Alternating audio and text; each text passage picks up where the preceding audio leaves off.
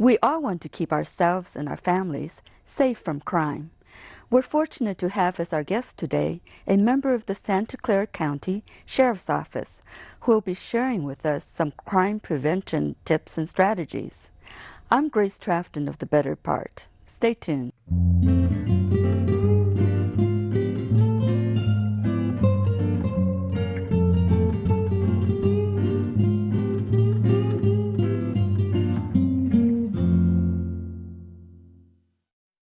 Sam Gore has been a deputy sheriff with the Santa Clara County Sheriff's Office for the past 3 years and has held prior positions in court security and patrol.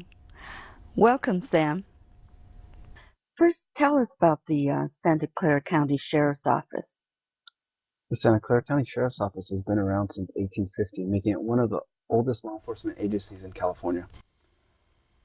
We maintain various contracts with cities and agencies throughout the county, one of which is city contracts. We have a contract to provide law enforcement services to the city of Cupertino, the city of Saratoga, and the town of Los Altos Hills. We also have a contract with Valley Transportation Authority, which is the county's public transit system, and also the riders on the public transit, and also the Santa Clara County State Parks, which includes 17 parks, one of which is Henry Coe State Park, which is the largest state park in the state of California. Part of the Sheriff's Office is separate into two divisions. One division is what's called the Custody Division, which manages and supervises the jails that we have in the county, and also the inmates. Currently, we have about an average population of about 4,000 inmates, making it the 5th largest jail system in the state of California.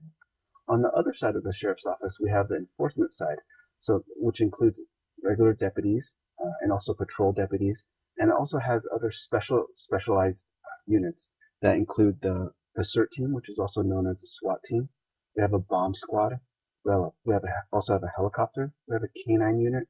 We have a dive team, also underwater search and rescue team, and various other, for example, high-tech crimes units to investigate high-tech crimes. So that sounds very similar to the police department. So how does it differ from a police department? Right. When you make the comparison with the Sheriff's Office and a police department, we're virtually the same. We have the same training, and we're also sworn to uphold the same penal codes in California.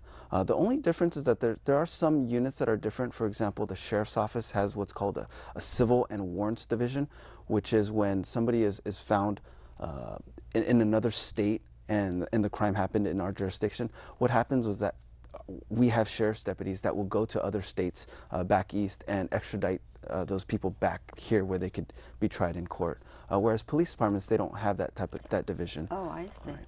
Okay, so let's talk about some of the scams that are going around. Unfortunately, some criminals are targeting the elderly, who are the most vulnerable segment of our society. One of the most common one is the grandparent scam. Can you tell us about this one? Sure. The grandparent scam has been around for a few years. What happens, kind of a short summary of what happens is the bad guy would make a phone call. They'll obtain your phone number through either dumpster diving, which is going through your garbage, or just getting it online, or various other maybe social networking type sites. So they'll get your phone number and they'll call you and they'll ask you, "Hi, Grandma, this is your grandson." And in response, the victim would say, "Oh, Johnny, is that you?" And so now they know more information to use, basically to try to trick you. So they use the name, Johnny as their grandson because they gained that information, and they'll make up a story saying that maybe they're back east in a city and they've just been arrested, or they have to go to court and they have judge fees or attorney fees, or they'll make up some sort of a lie in order to gain your trust and in the end get money from you. So what happens with that, after they gain your trust and they find out that you are able to be scammed, they'll tell you directions on how to deliver money to them. And a lot of times they'll do what's called the gift card. So they'll tell you directions to go to a local store. It's usually like a Walgreens or a Rite Aid or maybe even a Walmart. And they'll ask you to purchase these gift cards, and they'll ask for the password on the back of the gift card for you to send it to them. How is it that people will fall for this scam? Don't they recognize their grandson's voice on the phone? Right. A lot of times they'll hit you at the most vulnerable moment. So which is maybe at 2, 3 o'clock a.m. in the morning when you're sleeping. Oh. So they'll call you and they'll say, you know, Grandma, I need help. This, you know, this is an emergency. And they'll play off the fear in the worst fear of a grandparent's nightmare is if their grandkids are arrested or something happened to them bad. And these scams can take on different types of stories. They could be saying that they're in a hospital and they need money for medical bills. So a lot of these, what I recommend people to do if they do get one of these phone calls is do the research. Call other family members to see if the grandson, and they can use different names for the relatives. It could be their son, or it could be a cousin or a nephew or niece. And at the end, if they really are unsure about it, call the sheriff's office and we could help you through this scam. Or even just call the grandson to see whether he's actually back east or in Mexico in a jail. Exactly. Now, there's also lottery scams. We should probably remember that if it's too good to be true, it probably is. Tell us what typically happens with this scam. Right, with the lottery scams, and they either contact you either over phone or email. Most of the times I've seen is over email. They'll say that you've been entered into, and they'll use mostly a foreign country. I've seen it as the UK. So they say you entered into the UK Grand Lottery and you've been selected as a winner to win, for example, $2,000. And it doesn't matter the dollar amount. They're just making up this whole story. You've been awarded this $2,000. However, in order to take this money, or in order for us to give this money, you have to pay bank transfer fees or attorney fees or any kind. They'll make up. The list goes on, and so they try to gain your trust in this, thinking, okay, if I pay this $200, I could gain $2,000. So they'll get that, and then it's the same method. They'll try to get you to get a gift card or send a wire transfer. But don't people know that they did not enter into a lottery in the UK? Right. 99% of the population, they catch on to that. It's a scam. I get those same phone calls and those same emails too, and my family members get those, and I tell them about that. Right. So what precautions can we take to avoid being scammed? Well, like you mentioned, if it sounds too good to be true, it probably is. If you never entered into an international lottery, which I've never heard of, an international lottery, nobody will contact you via email or over the phone. Right, They'll most likely show up to your door. And if you have any questions, you can always talk to a friend or a family member, somebody that you trust. And at the end, if you still are unsure about it, call the sheriff's office at our non-emergency number, and we'll be happy to help you through it and see if this is really a scam, which most likely it is. Right. What about the scammer who claims to be from the utilities company and there's threatening to shut off your services because of lack of payment? Unfortunately, just recently I did come across a case with this where a business owner was scammed out of over $8,000 because of this. So what happened was the business owner just purchased this business a few months ago, and they knew that the prior owner had a lot of problems with utilities and rent and taxes and things that go on with the business. So that he was aware of issues going on. So when this phone call came in, they presented themselves from PG, from a utility company, saying that you owe back taxes because of electricity or water or whatever the utilities they go through. Before you do anything, because in that case, they really instilled the fear into that business owner, saying that we are going to shut off utilities. And him running a business that's open 24 hours a day, 7 days a week, he didn't want the loss of business and loss of customers because of that. So they played into the fear of that. What a shame. Do you ever catch these people? Unfortunately, it is difficult because a lot of these people are either from back east or from other countries. Foreign countries. Right. So it is very difficult.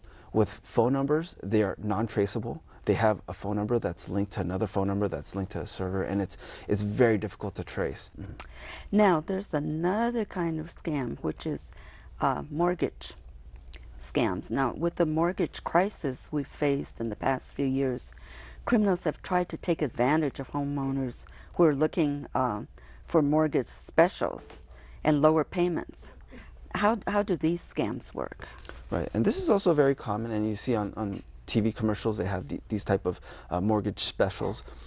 I just want to remind the viewers that just because it's on TV and maybe there's a representative that it's famous or is known on TV, doesn't mean it's real. with these mortgage scams, a lot of them are on TV commercials, and maybe they have a representative or a host that is a famous person, maybe on TV, or that you recognize them from somewhere. And just be aware that just because there is an actor or somebody that you recognize on TV endorsing these type of products, it might not be the real thing. Good point. So with these mortgage scams, they offer a lot of different specials. For example, trying to lower your mortgage rates, or try to get you to refinance in order to reverse mortgage and things like that. The first thing to do is you want to make sure that you talk to your loan consultant where your original mortgage came from, and ask them about that. They're the ones that helped you in the first place, and they'll continue to help you. A lot of times with these mortgage specials, they'll also ask for upfront fees. So they'll try to get you, well, in order, they'll tell the victim, well, in order for us to help you, you have to pay, for example, a couple $100 in order, just for an upfront fee, so that we can come out to your house and talk to you. But the reality is they won't come to your house. They just want your money. So once you wire the money, or maybe you pay the money via money order, there is no real person. It's just a person that came up with this idea and basically knows how to manipulate people over the phone. Another thing too is they'll also use a lot of fancy abbreviations in order to try to trick you into thinking that they are from a government endorsed company or a business entity. And also, a thing that happened to me too is with my mortgage loan, it was also, and it's very common too, where mortgage loans are sold to other loan companies. And so in the past few weeks, I did receive a letter saying that your mortgage loan has been sold to this new company. And I never heard about this company, so I did my own research. I went online and I saw that it was a valid company, but for me to completely make sure that my loan has been sold to this new company was I called my old mortgage loan company and confirmed with them that in fact that it was sold to this, and in this case it was. So please make sure that your prior loan company has already given you the heads up on what's happening with your loan. Yeah, that's really, really good advice. Now let's move on to another scam. Another one that's fairly common is the IRS scam, some of which are particularly aggressive. Tell us about these and how can we avoid getting victimized? When I talk to victims, a lot of times they're afraid of two agencies. First of all, the law enforcement agency, because obviously nobody wants to get in trouble with the law or be arrested. The second is the IRS. So when I talk to victims, they're always scared. Once they hear the word IRS, they know that they could possibly face federal charges or tax, which you see in the news. But with IRS scams, it comes through the same. They'll either be email or through the phone, and most likely what I've been hearing lately is through the phone. And it always happens around tax time.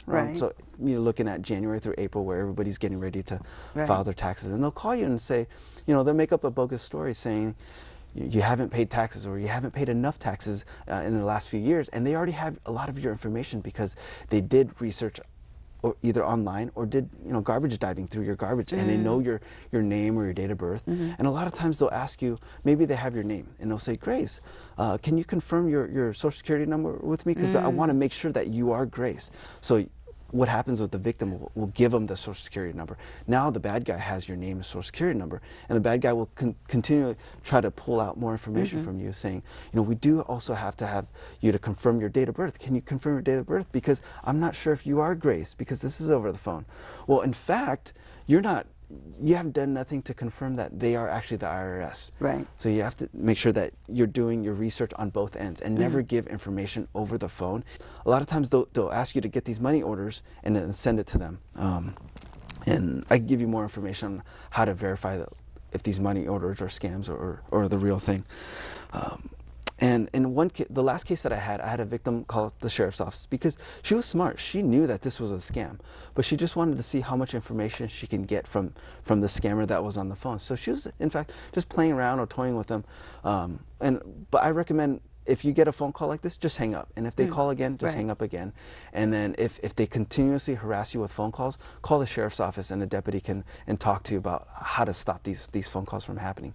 So in this case that we had from this victim, she mentioned that she was kind of digging into the scammer just to find out, well, she asked the question, well, what tax laws am I violating? And the scammer said, well, ma'am, you are in violation of tax law number 1, number 2, and number 3. So the victim found out, that was interesting. can you explain what those tax laws are? What is tax law 1, 2, and 3? Which just sounds very generic to us. Right, right. And the scammer said, well, it's, tax law number 1 is owing back taxes. Tax law number 2 is not paying enough taxes in the year 2013. And they just come up with, and the victim told me that she could hear the uneasiness about his voice because it apparently to her, it didn't seem like he was rehearsed in this type of how to answer. Right. Let's move on to a different kind of scam, which is involving the immigration services. Immigration has been in the news a lot lately. So what should people look out for with immigration problems? Right. Our county has a population of 1.8 million people, which that population also swells during the daytime because of commuters coming to our county in the heart of Silicon Valley. So we have a population of over 2 million people during the day. And a lot of this population comes from overseas. We have a large immigrant population. According to the Registrar of Voters, we do have, they print election ballots in 5 different languages. So that shows how very diverse our county is. Right. So with the diversity of our county, we have people from other countries that just immigrated here. Maybe their English isn't very well, and they're not very knowledgeable on the laws here, and maybe they don't have English-speaking friends that they can turn to regarding this. So with the immigration scams, they'll call up on the phone, and a lot of times they'll use the same person with the same background as the victim. So they'll speak their same language, saying that this is an immigration officer from, either the Border Patrol, or they'll make up a name from the government, a public entity, saying that, you're here whether illegally or you haven't done the right visas, or they'll come up with whatever lie, and they'll scare this person into thinking that they are a real government official, and that you must pay money in order to fix this problem, and then the government entity, or the so-called government entity, will not bother them anymore. And it goes through the same. They'll ask them to go get a gift card, or they'll get them to send money through a wire transfer through the bank. So the person calling is speaking the language. Right. Of the person. Right. I've had instances from victims saying that this person was speaking the same. It was the same village. It's the same language, and also the same dialect. So it was amazing. So this person really was felt at ease because it was somebody from their hometown. Right. So I understand that there's also romance schemes. Now, how does that work? Romance schemes, I came across this last year. So there's a lot of dating websites, either for middle-aged people or also senior citizens that are looking for a dating relationship or friendship online. So there are a lot of romance websites out there, and a lot of international websites that try to contact international people with Americans. And so what these romance scams is, they'll put up fake pictures. So for example, if there's an American male here and they receive an email, or they're on this website, and they start chatting with somebody, and this person says that maybe they're in another country, and they start sending pictures, and these pictures look real, and they're most likely of a very pretty, in this case, a very pretty woman, and they're saying that their name is Jenny, and they're looking for marriage, and they want to have kids, and basically they're just feeding into what the victim is wanting. So a lot of these websites, these dating websites, the victim already put a profile as far as what they're interested in, and these bad guys, they'll read the profile and they'll think, okay, this person likes cars, for example, or they're looking for marriage. So they'll play into that vulnerability in the victim, saying, but I need money in order for me to apply for a visa from my country. And then also, and once they get that, they'll also play into the vulnerability of trying to say, I need to buy an airplane ticket because I want to meet you. And they'll continuously send pictures which are false. And a lot of times, even though you believe that they're talking to a female, a lot of times it's a male person internationally in another form. So let's talk about identity theft, because it's one of the fastest growing crimes in the U.S. with more than 13 million victims each year. So what can we do to prevent this from happening to us? ID theft is one of the fastest growing crimes in the U.S. There's over 13 million victims per year. And the reason why it's one of the fastest growing crimes is because it's easy. It can be done remotely, meaning the person doesn't have to be here to steal your money.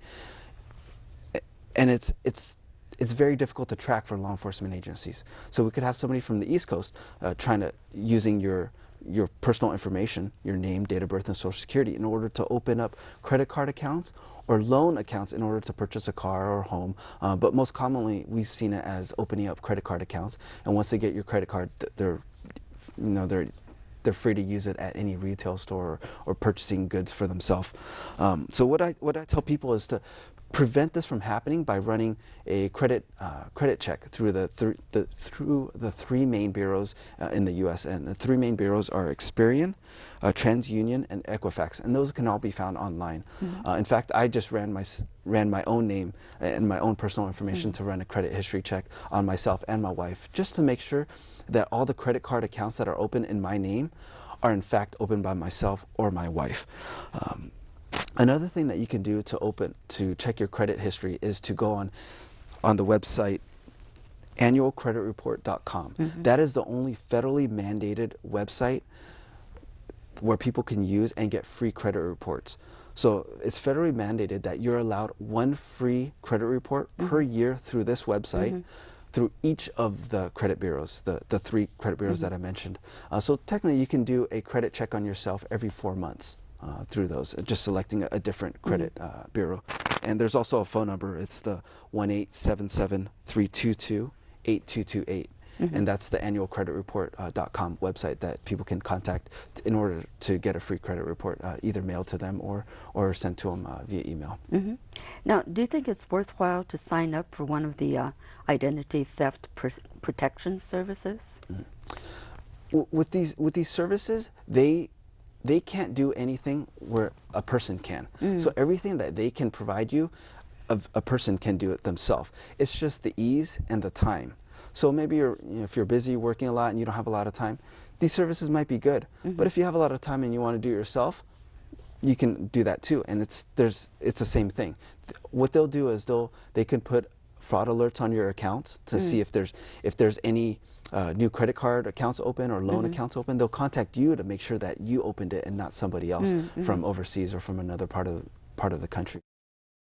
It's either way, but a lot of times these services will charge upfront fees. So just be prepared if that outweighs the time involved for you to do a credit check on yourself or put a fraud alert on with the credit bureaus, then it might be a good idea. And what about mail theft? That's still happening. Right. Mail theft is very common just because it's easy.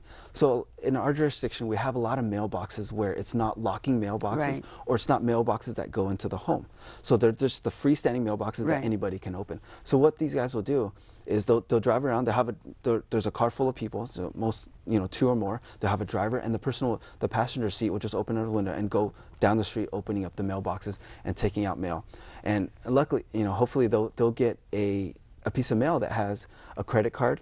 Maybe that homeowner asked for a secondary credit card to replace the one that they lost, and boom, that's bingo for them. They'll use that credit card, they'll activate it, and they'll go on a spending spree. And also they'll also obtain other personal information like your social security number and your date of birth, and also maybe other letters from family members so they could find out personal information.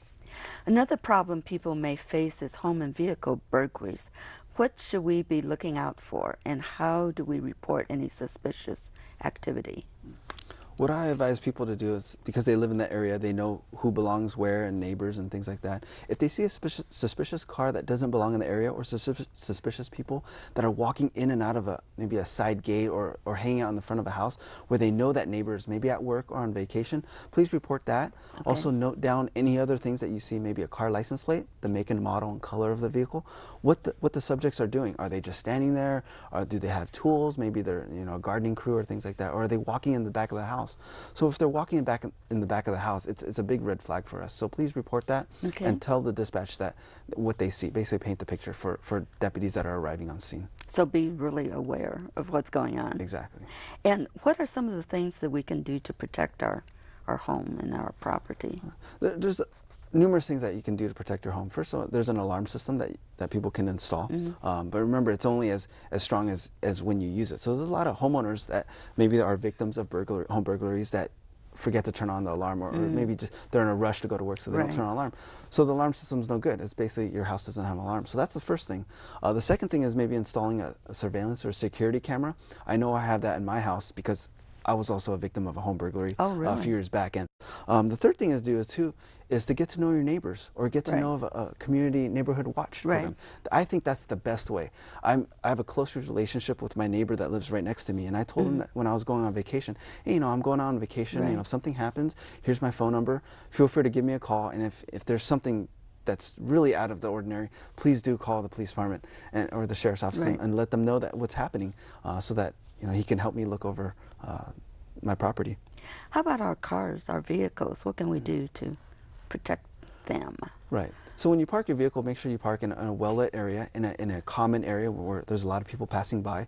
On the vehicle burglaries that I've been to, or a lot of my partners have been on, the vehicles have always been parked in secluded areas where maybe in the corner of a lot, maybe there's shade over there. So myself as a driver too, I like to park in the shade. Right. But also, when you leave your car, make sure you lock all your doors, Right. roll up all the windows, and also hide valuables. Or the best thing to do is take your valuables with you.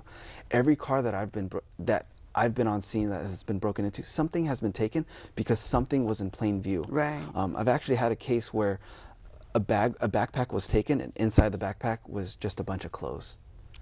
And because the suspect saw the bag there and they saw it was a nice backpack, and they thought maybe a laptop or maybe a phone was inside, some electronics, something worth of value. So when they took that backpack, I'm sure they opened it and just saw a bunch of clothes that were of no use. Well, that's very good advice, and thank you so much for some very, very important information today. Thank you for being with us. Thank you for having me, Grace. I hope you found today's program informative, and be sure to remember to watch our shows on YouTube. Thank you for being with us today, and be safe. See you next week. Bye-bye.